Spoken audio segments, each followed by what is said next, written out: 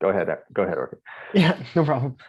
Yeah, so just as we're starting off, because there's a small number of us, so I think we can probably just have people unmute and ask their questions. Just coming into this meeting, we talked a little bit about what brought you here, but do you have any specific questions about the streaming process or MWA's outlook on it? And feel free to put your questions in the chat or unmute yourself or.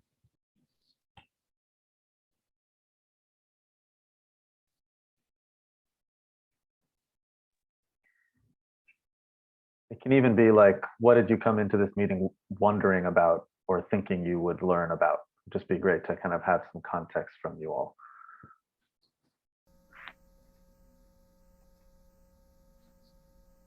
Hey, Orchid, Philip. I guess I'm kind of curious. I'm just kind of curious about any kind of activism or negotiations or lobbying that are going on, trying to. As I gather, and I may be wrong, there was a bunch of kind of agreements that record labels made collectively and individually some time ago that put us in the streaming situation we're in now. And maybe there's space as the internet is being re-legislated to change those numbers, but I guess I'm wondering, I thought maybe I would learn about what you guys are trying to do about that, and I'd be curious to maybe participate. And also, if I have that wrong, as per like how we got into the situation we're in now and exactly what collection of negotiations got us there, I definitely want to know more about that. I don't have a clear understanding of how those rates got established with some companies and not others, and some parts of the internet and parts of the streaming world and not others. Great, thank you. That's it. Yeah, that's a great question. We're definitely going to get into that. We're going to be talking about a lot of what MWA is sort of identifying as the issues with the streaming, and what we can do about it. That's definitely going to be covered in this presentation and it's part of our work. So it's great to have you here.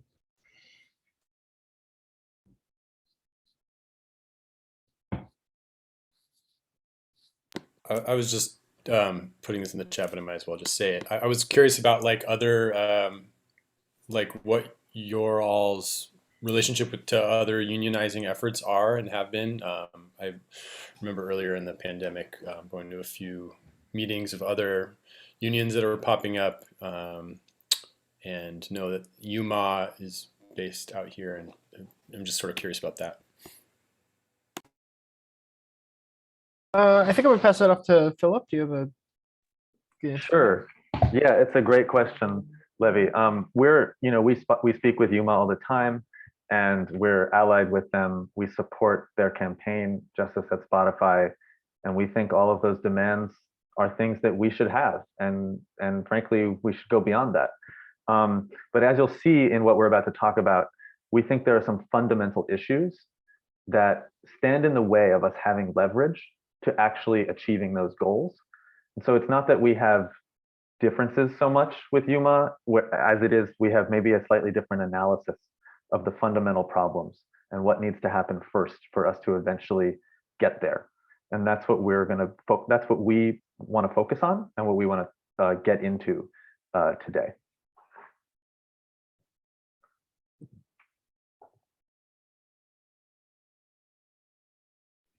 Okay, so I think we're about ready to get into the presentation, unless there's any pressing questions before we get going. Okay. Okay, so we know the core of the problem. We know that the streaming rates are really, really bad. It's the #1 complaint music workers today. You'll hear it on social media.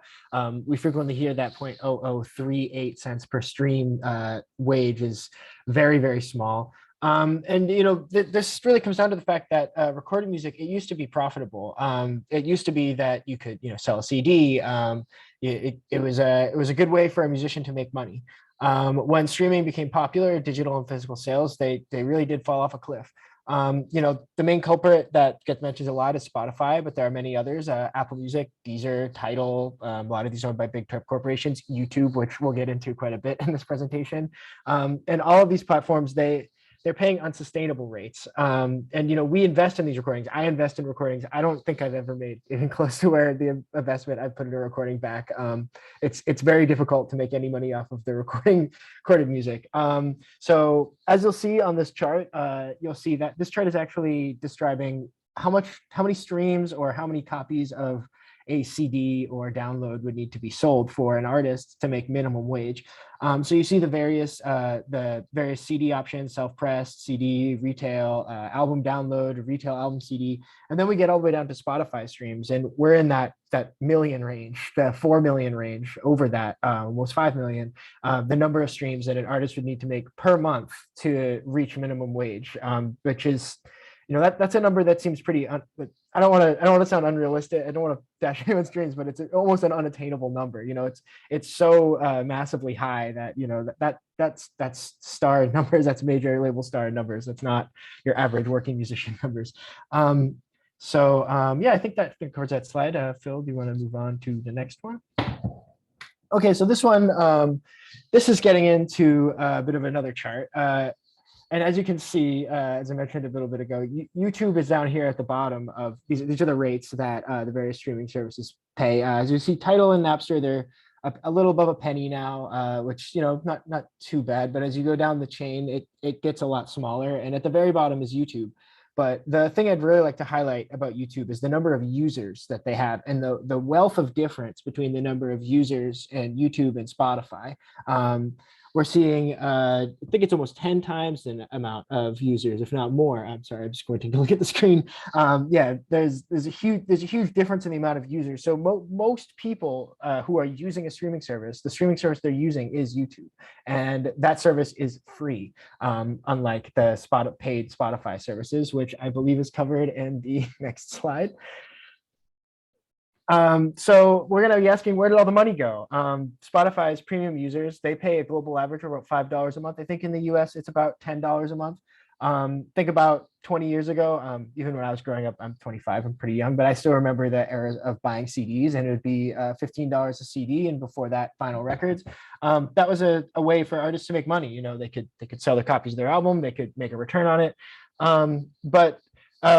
These services are really cheap, but even more people, as we previously mentioned, are paying on Spotify's free service. And you put that in comparison to Netflix, Amazon Prime. We found that the average American family, this is inflated by the pandemic, was paying about $55 a month for their various streaming services. And there's technology in place that means that you can't get Netflix's content anywhere but Netflix. You can't screenshot a Netflix recording and put it online. That's going to get you in a lot of trouble. You're not going to be able to do that. They have protections for that. We can't do that with music. You can take a copy of our work and upload it to YouTube, and unless we are able to, as a standalone, as an artist, go after that copyright and say, we're going to get a copyright later as well, go after that and say, take this down, like this is ours. We're not capable of doing that. So they were able to get that in the film and TV industry, where it's very difficult to emulate their work and profit off it the way that YouTube has. And we'll get into the various ways in which YouTube has profited off our work as this presentation continues. It's quite a complicated system. It's involving their data mining services, as well as they're basically creating a competition of no payment. So we'll get into that, but I don't want to confuse too early. So could we go to the next slide? So I guess what we're really talking about is a devaluation of music. So we're talking about why people aren't paying for our music. Again, virtually all recorded music is available on YouTube for free. About 2 billion people use YouTube as their streaming service. And if Spotify raised their price, which they can't, $5 to $10 a month, they can't raise their price because their competition is just on YouTube. People, when they go to Spotify, they're not going to Spotify for a unique library. They do have some of their original content. We briefly talked about their live sessions, their podcasts, a few things like that. But the main draw to an application or a subscription at Spotify is the interface. It's not their library of music. That library of music is available for free on YouTube. It's even available for free on Spotify if you sit through a few ads or you listen to the album on shuffle. There's things you can do to get around it, to engage with this content for absolutely nothing. And people are willing to pay money for TV streamings, as I mentioned, because you can't get those TV shows for free unless you're really pirating it. You can go around and sure, you can pirate it, but you can't get it on a major platform that's owned by a big tech company. It feels safe to the user the same way that YouTube does. And even though you or the user are able to access this content for free, or fans can access this content for free, YouTube and the corporates on the other side of this are making billions of dollars. They are able to monetize this content by selling advertising on it, while the artist on the other end of it, who isn't making anything off of these uploads that we did not consent to, we're not making anything off it. So I think I'm ready for the next slide. And so some of you might be asking what's wrong with free, and the ability for fans and potential patrons of our work, if what's wrong with them getting to our content for free. And honestly, there's not really anything wrong with it. What we're really arguing for is for our ability to decide what content is available for free. And free doesn't mean it's a free service. We're talking about the ability to access our work for free. It means that our work has been given this price tag of $0. So there's times that we really would want a free release. We don't want to take a new release off of YouTube, for example. Like if we don't want our new release on YouTube, we might want to sell it a little bit on our own before it's available for free. And then later we might want that on free as a promotional tool, but we can't have that sort of control right now. And at the same time, it's free. I think I mentioned this in the last slide, but it's free it's not free for, free isn't free. Major corporations, they're making a lot of money off of this work, off of the data mining, off of the files posted. But again, we're not seeing that money. That is just, it's not happening. So if we're not deciding what goes there, why are the corporations deciding ultimately? And next slide. And so some of you might be saying that your work isn't on YouTube and doesn't affect you, and that it's working good for you recording music. You're fine selling CDs, selling your copies, and it's working great. But I actually would maybe pose to ask that someone might have uploaded without your consent. They might have uploaded your music, or if you went through CD Baby, often that will directly upload your music to YouTube as well. So it does end up there a lot of the times. There's things you might not even know are there. They do end up there.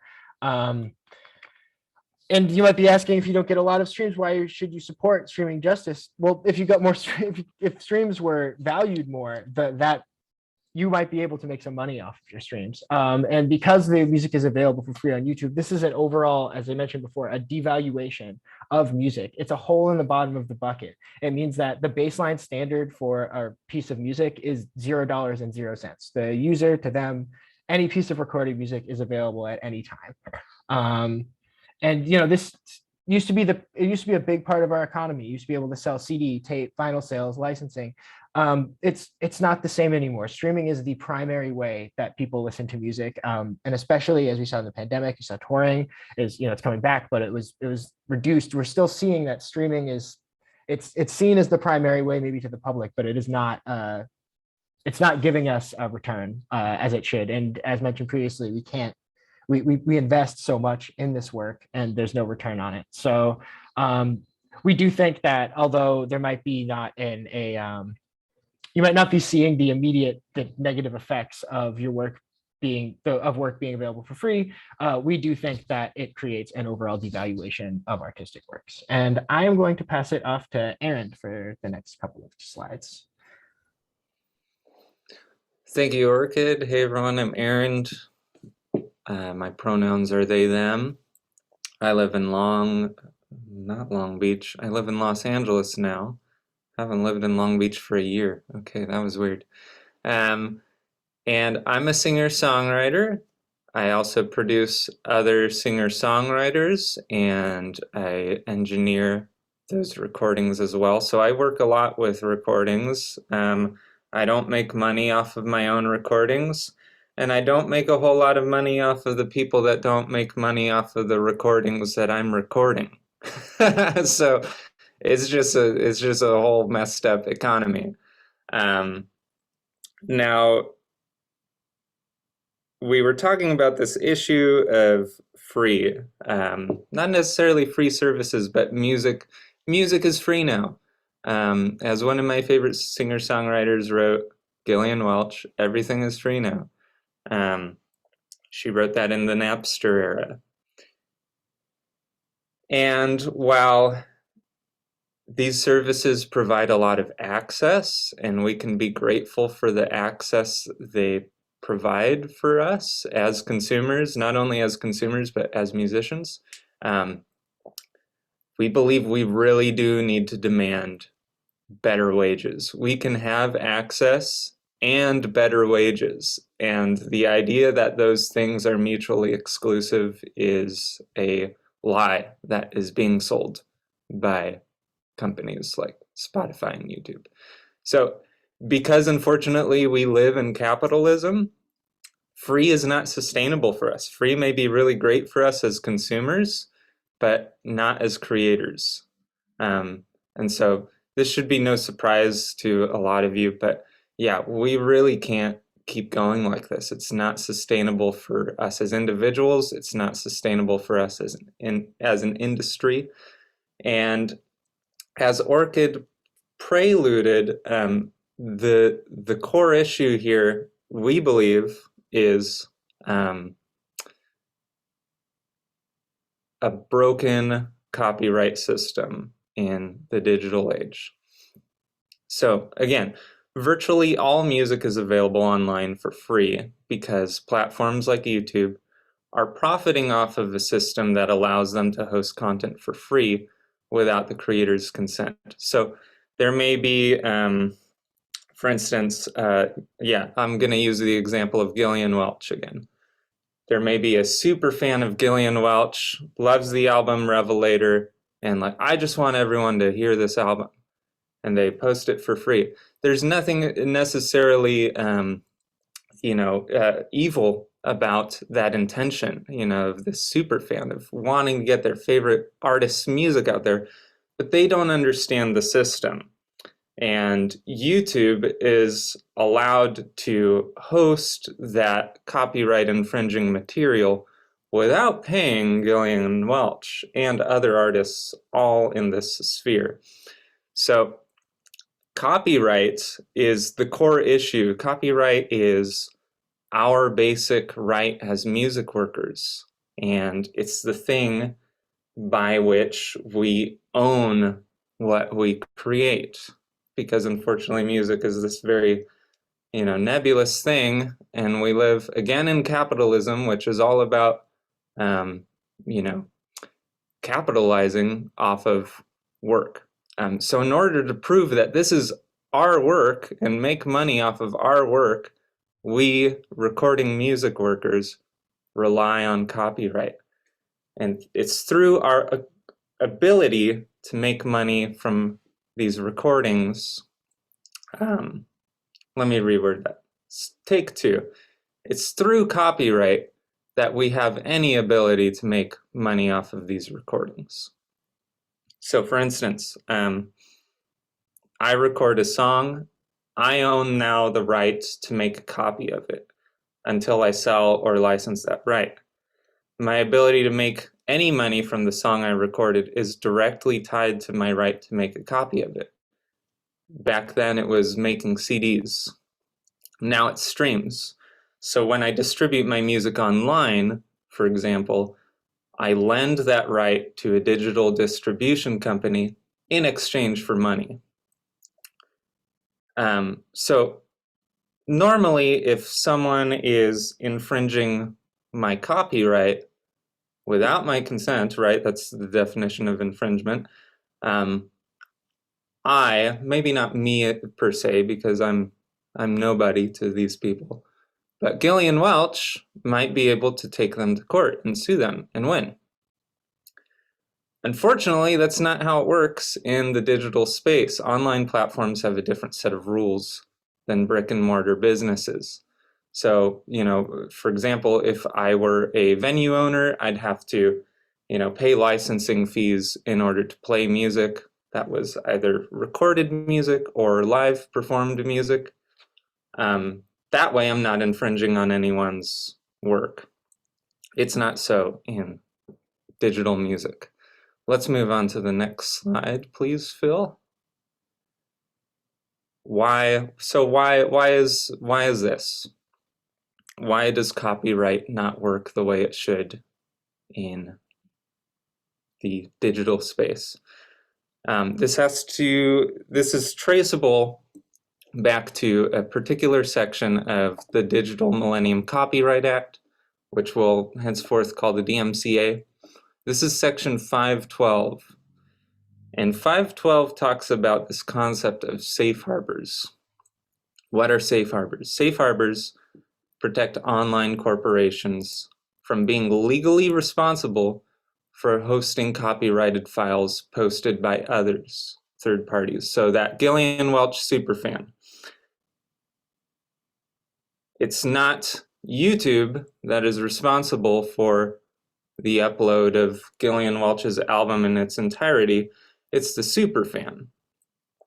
YouTube can't be held accountable when someone uploads that work because of safe harbors. So Alphabet, which owns Google, which owns YouTube, makes huge profits using these safe harbors to host our files and has incentive to maintain the status quo. They even admit it themselves. And so here's a quote from their 10K report, which they have to give every year to the SEC. This is where businesses are often most transparent with their practices.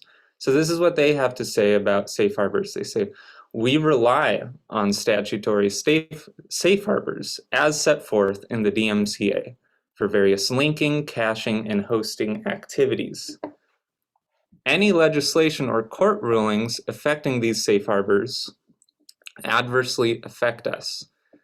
There are legislative proposals in both the US and EU that could reduce our safe harbor protections. So they're talking about legislations that are aiming at fixing Section 512. They say if that happens, we're going to suffer as a company. So again, before digital, companies would be held accountable for a recurring pattern of illegal activity on their premises. If it was a brick and mortar, if I owned a bar and there's someone selling drugs in the corner, first time it's the drug dealer's offense. But if there's a pattern of that, then I, as the bar owner, am now legally implicated in this drug dealing process. So it's not so for YouTube, even though creative infringement of our property is happening every day. YouTube doesn't have to be accountable for it because of this Safe Harbor Act. And I think that's all I have to say on that for now. So let's go on to the next slide, please, Phil. Here's more about safe harbors and what other entities have to say about them. This is from the Independent Music Companies Association. Safe harbor. It suffocates the market and it must come to an end. Safe harbor steals from musicians by removing their right to deny permission or exact a negotiated price for the use of their work.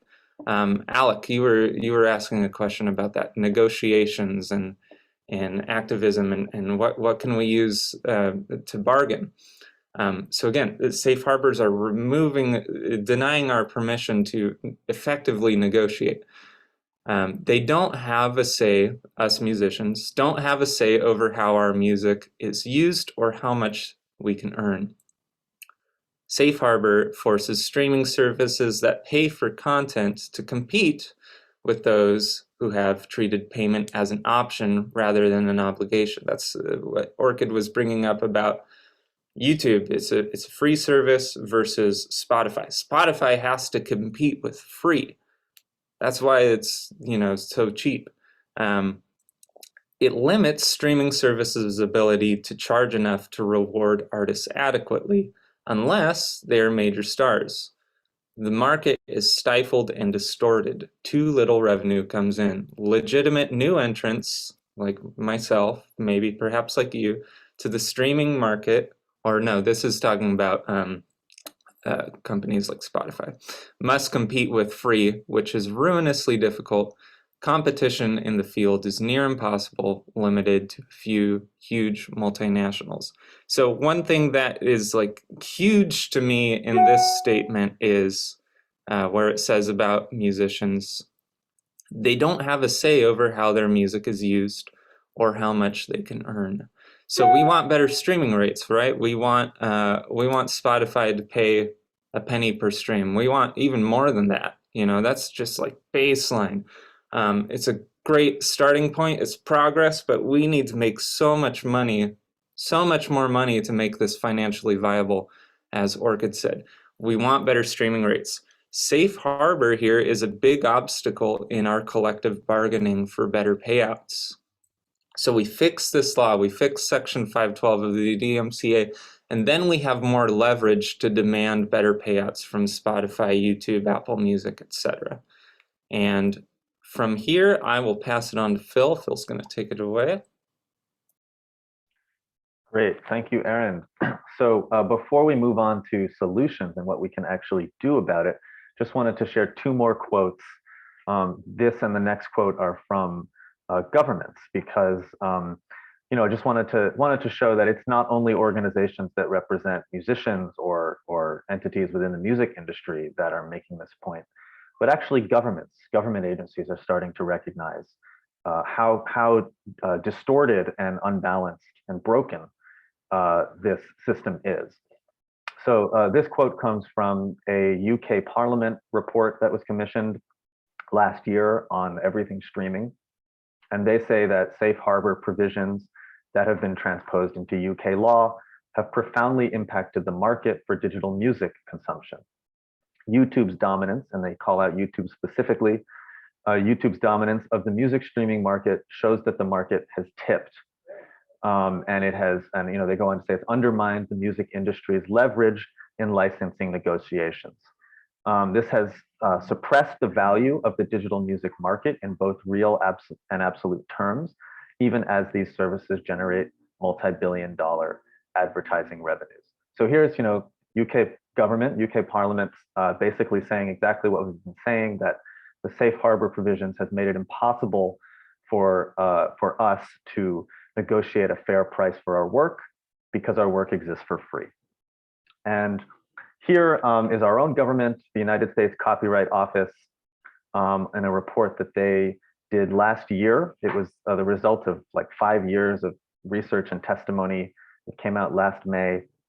And they say that the scale of online copyright infringement and the lack of effectiveness of Section 512 notices to address the situation remain significant problems to the many creators who have seen their livelihoods impacted drastically by ongoing infringement of their works online, and for which they can achieve no relief.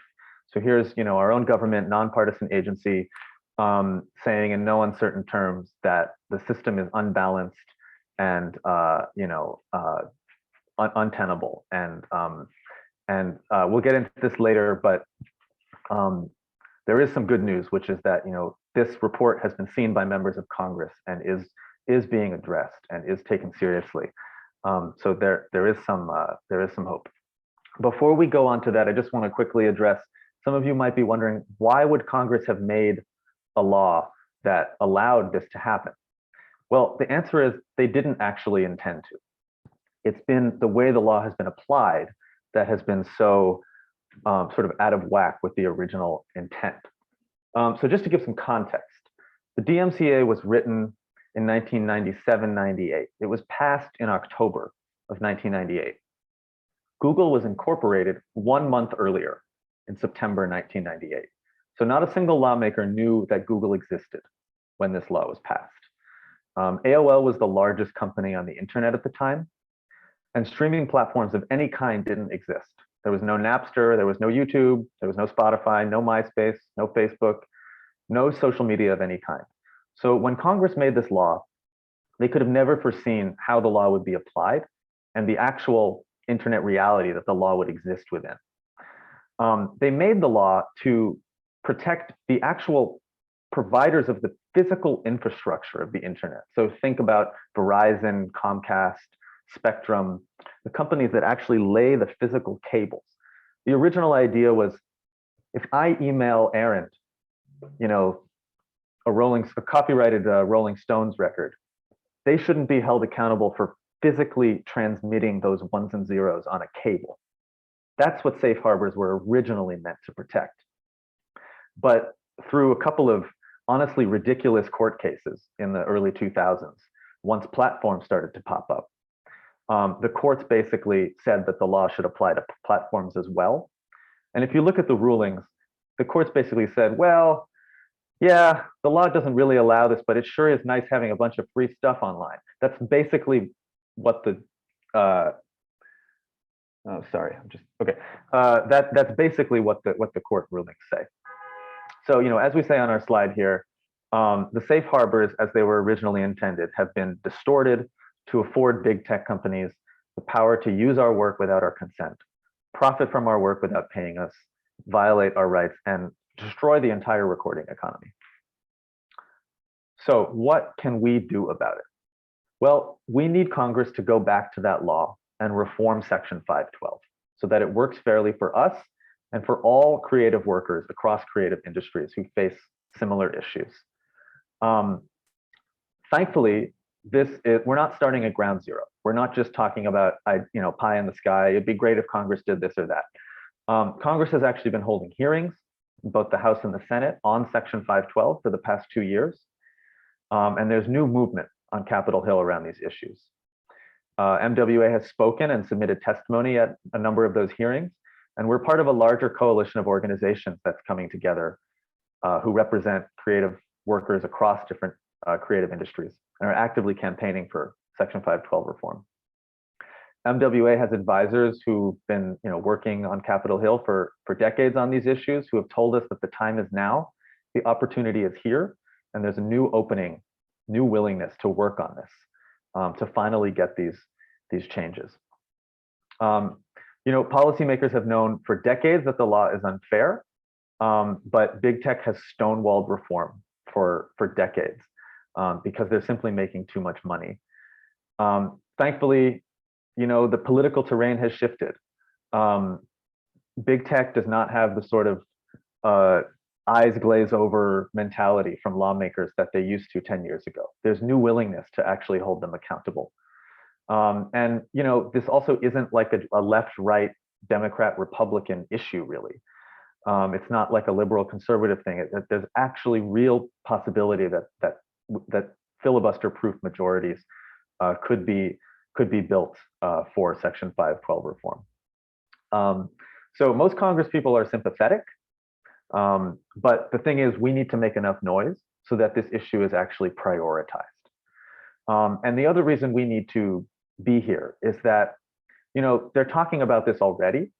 They're starting to write these laws already. We're expecting legislation to be introduced fairly soon. We need to ensure that we, indie music workers, have a seat at the table, because we can be sure that the RIAA and major players in the music industry will be lobbying for what they want. And we need to make sure that we not only get any Section 512 reform, but that we get solutions that work for us and not just the major artists and the major labels. So we need to be a part, we need to have a seat at that table. And the only way to do that is to ensure that we're there while the table's being built. Okay, so I think Aaron and Orchid made these points already, but I just kind of want to wrap up the big picture here.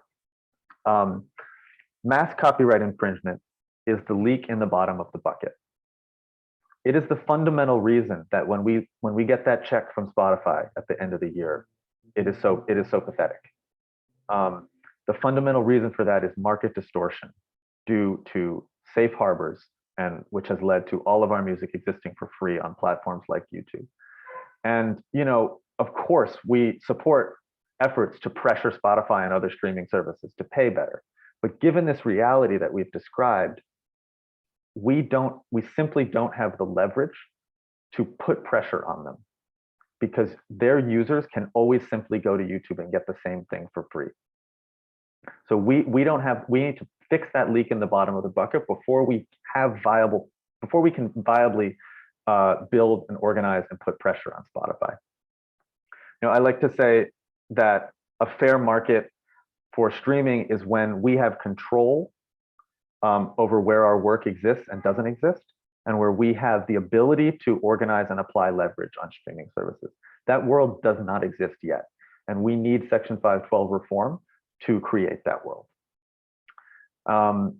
So I'm going to end there and just quickly, I want to hear from you. We have about 15 people here with us. I'd love if people could just raise their hands, or you can use your Zoom hands. First, I'd like just if you could raise your hands if you followed the story that we've described today and you feel you understand the root causes of, why we see such pitiful streaming royalties. Great. So I now want to ask who here is willing to work with us to help push this legislation over the line. And I'm going to call out names so that Aaron can take them down. So I see Rocky, I see Jean, I see Adam, Matt, Levy. Anyone else you can mark in the chat if I missed you. I see Meg. Great. And last, and Sarah from Sona. Now, last but not least, I want to actually we can actually open this up into the room now. And if folks want to turn their cameras on and make this feel as conversational as possible. I wonder if anyone here would be willing to share a personal story about how these issues affect them with the whole group. So, I'm talking about you've seen the budgets for your records go from X to Y over the years. What would it mean to you if you could actually not only break even, but actually make money on your recordings again? What would it do for your music? What would it do for your livelihood? And how these issues affect you. So I see Jean, Perla, and yeah, we'll start with you, Jean, and then take it from there. Yeah, I'm going to sidestep that question because I have another question. There are many organizations, I don't know how many, that are interested in making things better for us. And I would assume that the MWA is in contact with some of these organizations, but I think it would be beneficial to somehow have a real, if it already exists, I'd like to know about it, but a real list of who all these organizations are. That's a great question. Yes, absolutely. We are hardly the only ones working on this. As you can see from two folks, Morgan and Sarah here from Sona, Songwriters of North America. They're another organization who we've been in frequent touch with. And like we said quickly in the presentation, there's actually a coalition that's been put together of organizations that represent workers in the music world, in journalism, in the writing world, in the play world, in photography world, who they face similar issues. People's images are available on Google Images for free. People's books are available on Google Books for free. And the same thing is happening. So yes, the coalition is being put together. And I don't have a list right here, but we're absolutely working on that. Coalition building is going to be essential to how we push this over the line. Because we're just one group representing one constituency, but this issue affects tens of millions of people who are creative workers in this country. And yeah, we need everyone in the room together with a unified message. So absolutely. Yeah, Brittany.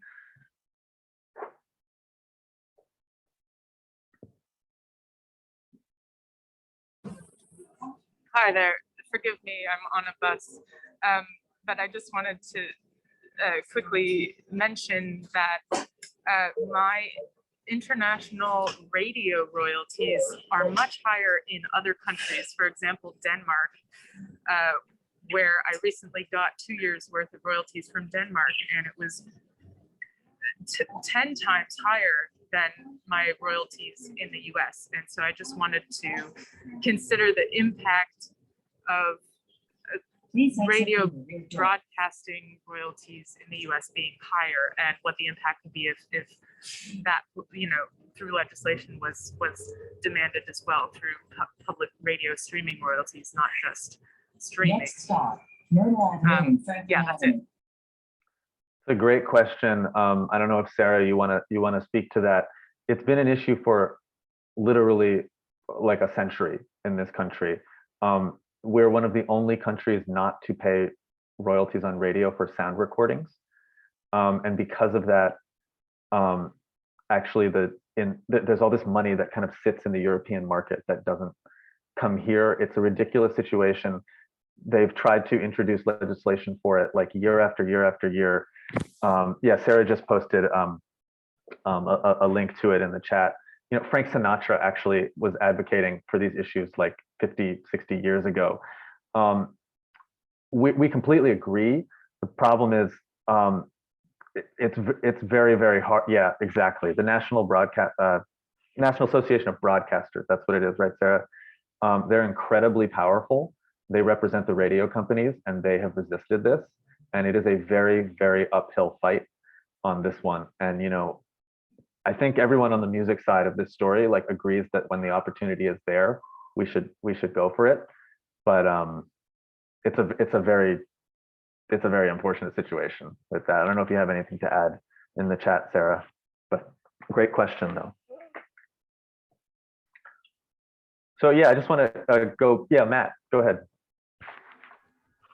I just had a question. I'm a complete independent artist, but I'm wondering, like, is there any leverage working with like some independent labels or even some major labels? Because I would assume that they're probably pretty angry about losing their money, you know, as well in this. And especially like independent labels, I could see like them wanting to work with, you know, independent musicians and just like musicians, and kind of we both have like a shared kind of you know, goal in that way of like getting what we should be owed. And like, you know, I wonder with if there's any, you know, that would help any of the leverage, or I'm sure that's already happening, you know, but Yeah, that's a great point. I mean, on basically all of these particular issues, we're allied with the labels, particularly the indie labels.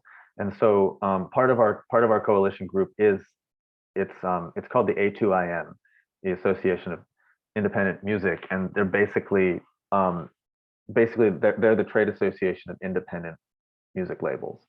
And you know, on these issues, we're completely aligned, and we speak to their to their people all the time. The RIA is a little bit more complicated. We've talked to them, and we're broadly aligned with them, but they've also sort of hedged their bets on these issues, and they've made deals with the big tech companies too. And so it's a little bit more complex, and we have to tread a little bit more carefully there. But you know, absolutely, with the indie labels, we're right on the same page. You know, as I'm sure you experience yourself, like many of the people who own and run indie labels are the same people who make music for indie labels, or you know, write songs for them, or perform on them, or artists or whatever. So it's often literally the same constituency. Anybody else with a question or just a story of, you know, what this means to you? We I have have a a question question. from, Oh. oh, sorry, go ahead. We also have a question from Jared in the chat, in case you missed it, Phil. Go ahead, the next person who is speaking. That was me. Hi, I'm Lita. Sorry, my camera's not working. This is kind of along the lines of what y'all are saying, but I was kind of just curious how the situation today compares with people streaming. I guess maybe the equivalent would be like radio, like pre-streaming services versus cost of album production. And if there's any kind of data on that that we can use both just to educate ourselves and to bring more artists kind of into this fight. Because I know for me, like for a long time, I kind of just took it for granted that streaming wasn't ever going to make me any money. But I know that there was a time in the past, and that it exists in other countries, that musicians can make a living, or not make a living, but like, you know, be somewhat fairly compensated for streams of their music. And the question of like, why would I pay tens of thousands of dollars to make an album when I'm never going to make that back is a really pressing one. So I'm just, yeah, I'm wondering if anyone here knows more about that history and the trajectory that it's been on. I mean, that's a great question, Lita. I wonder if someone here could speak to, you know, even indie labels used to have budgets for records. And now we're expected to carry all the risk, almost always, we're expected to carry all the risk for our own, expected to, cover our own production costs, and then even then, do not always have great deals with the indie labels. So I wonder if someone here has experience with that, who's seen, those budgets go from 20,000 to 10,000 to 5,000 to 1,000 to zero over the past 20 years, would want to speak to that, because the world that you're describing, Lita, used to exist. If COVID-19 had happened 20 years ago, it maybe wouldn't have been so painful for musicians. Everybody could have said, okay, I'll just go in the studio and make a record and sell a record, and they would have gotten by okay. So yeah, I don't know, maybe Brandon or Gene or Matt or anybody, if they be willing to speak to that. Yeah, go ahead, Brandon. Yeah, it's hard for me to talk about this in a way that's neutral, because exactly what you've described, Phil, has just been,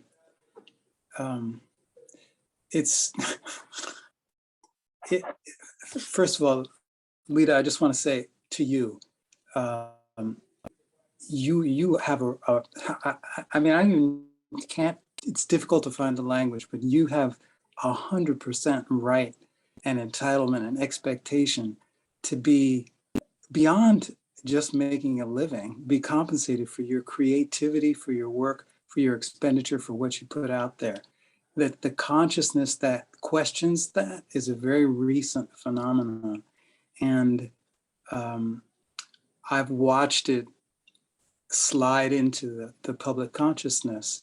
And it's kind of a thing that I've often likened to the way we used to go into a supermarket, and if you wanted to buy water, bottled water, you had two choices. It was like Deer Park and something else that was distilled water. That was it. But if many of us have noticed how you go into the market now and you have all these so-called exotic bottles of water on the shelves that you can pay anywhere from $3 to $10 for. So we've all been taught to pay for water, something that essentially we're entitled to. And beyond that, we're entitled to clean and pure water. But the water has been branded and marketed to us as a specialty item, so much so that you go into a place now and someone says, would you like a water, not some water, And with music, we've been, I've seen us slide into this thing where I was giving a talk at NYU some years back on the panel, and one of the students in the class, this was myself and the gentleman who started Artist Share and manager for Roseanne Cash and someone else. And we were just talking about the state of the music business. And the student said, well, look, don't take this the wrong way, but I don't think you should necessarily expect to be paid for playing music. Like, anybody can do music. And so this started a whole commotion in the classroom. Some of his fellow classmates were challenging him, saying, are you crazy? And other people said, yeah, no, why should they be paid for that? And someone said, well, do you do that when you go to the dentist? Or you go to the doctor? Do you expect to get that treatment for free? And that same student said, well, a doctor is saving my life. And I said, well, I'd like to put this out there for you. I'm sure if we asked many people in the world if there was a time when they felt that music saved their life, you'd be surprised at the volume of people who would be in agreement with that evaluation. So yeah, there used to be budgets routinely 150 grand as an advance to produce a record. And even in the world of jazz, where I've been functioning, budgets averaged around $25,000 to $30,000. And exactly as Phil said, it's been reduced to something that, as a business entity, as a business idea, does not make any sense. And the value of what's being created is not evaluated on the basis of the cultural value of the work. It's purely being evaluated on how many beans are being sold or being moved. It doesn't matter if it's a record by, let's say, someone like, I don't know, Philip Glass or Henry Threadgill or Peter Gabriel or anyone else for that matter. And we've seen recently the selling of catalogs. Who was it? Bob Dylan sold his catalog, and Neil Young sold his catalog, and David Crosby was talking about selling his catalog. And I think that was a question of vacating while the getting was good, because they were no longer able to maintain their lifestyles, and not necessarily anything exorbitant, but fulfill what they'd committed to based off of music making and the music industry. So yeah, I've seen all of this happen, and I just want to say to anybody that's coming to it newly or with a reduced expectation about that's wrong-headed thinking, and I don't blame you. I'm saying wherever you've acquired that impression, just reject that. Just like reboot. It's not accurate, and it is a lie. And all of the things that both Aaron and Philip had laid out for us, these things are crucial. They are the issue. That's what's going on. It's, what we do is not merely a 1 and a 0. And I think that this is the time for change. And again, as Phil said, if the pandemic had happened 20 years ago, we wouldn't be having this kind of conversation now, or we'd be having it from our comfortable lifestyles, reasonable, comfortable lifestyles. So I hope that might have been helpful. And I have to say, I have to really, sometimes I just lose it, because it's just, whew. But I'm really pleased that I was able to make the meeting today, and it's encouraging to see this communication happening and the information coming across. A partner of mine lives in Europe and works for a tech company, and shared the information about what the royalty rate is for a stream with her 10-year-old daughter, who, when her daughter heard this, the first thing out of her mouth was, well, that's not fair. And that's the truth. It's like, out of the mouths of babes, like, this is just no other way around. It's just not fair. It's abusive. It needs to be changed. And hopefully this is a part of getting that to happen. Thank you, Brandon. I mean, Thanks. that's so beautifully said. And thank you, Lita, for the question as well.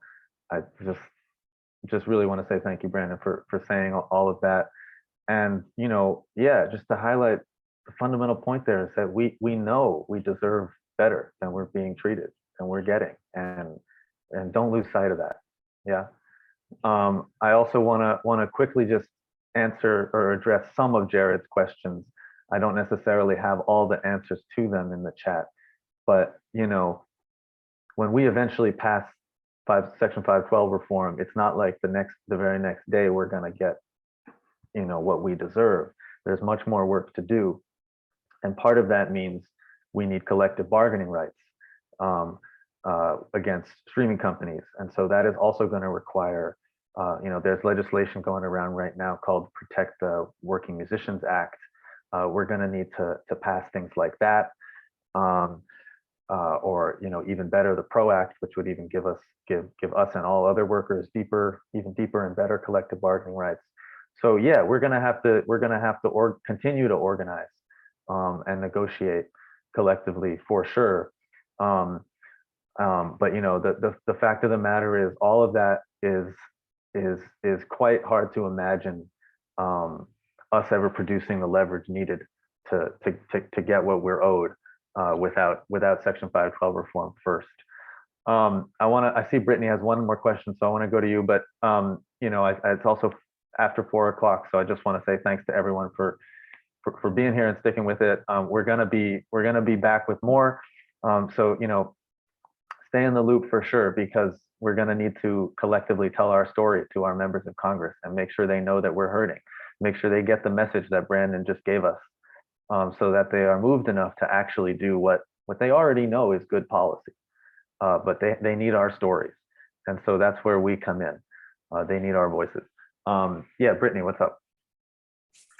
Thank you so much for organizing this and all this work. And I just wanted to include on Brandon's point about dealing with the landscape and offer some figures from literature that I've recently come across on the history of the NEA and the corporate public broadcasting since the 60s. In that the NEA typically only accounts for 1% of arts funding in the US per year. 12% is from state funding of arts. The remaining 43% is nonprofit. And then a portion of that is from private donating, but the majority of artists are facing what's called a mixed market type of income model. And since we don't have a sophisticated culture of arts and culture, and in the fact that our government doesn't have a Ministry of Culture or Department of Arts and Culture or much funding other than the NEA, which is subject to Republican presidents and economic disasters every 4 years from being slashed, that psychologically we have so many sophisticated artists but no infrastructure. And I'm sure this is repeating myself and everybody already knows this, but I do have that literature in case that is of use to anybody, and the fact that literally we're mixed market in terms of ticket sales is what people rely on for income. And yeah, I just wanted to offer that literature, and also just pitch a brainstorming of how this might be inclusive of streaming, but also radio and NFTs, and if there's any conversation on NFTs. Okay, yeah, that's it. Okay, thanks. Yeah, thanks, Brittany. Yeah, there's so many issues that need tackling, and I'll just say, if you want to work on those things, we have different groups within MWA that are working on those kinds of things. I think you're on the list, but to anyone who wants to join, it's just musicworkersalliance.org/join. You can make sure you get updates there, and our policy committee works on things like this, and if you want to get involved and work on those things, that would be wonderful. And sorry, wait, what was the last thing you asked about? NFTs. Oh, NFTs. Yeah. God, I am pretty illiterate on those issues, to be perfectly honest. But I will just say that there is no solution to us getting a fair price for our work as long as our work can exist for free. If that's all you come away from today remembering, that is crucial. That there is no solution to the business model, to the way something is sold or the format it's sold in, or how exclusive or not exclusive it is, whatever. Those are only going to make a minimal difference as long as effectively all of our work exists for free online and there's nothing we can do about it. So I will just say that. And I also know that I need to learn more about those issues. Awesome. Well, I just want to thank everyone again for coming. We'll be in touch. Yeah, solidarity with all of you, and have a great Monday. Thank you all. This was very encouraging. Thank you for coming. And stay positive. Keep fighting. It's okay. It'll be okay. Thanks, everybody. Thank you. Thanks, everyone. Thank you so much.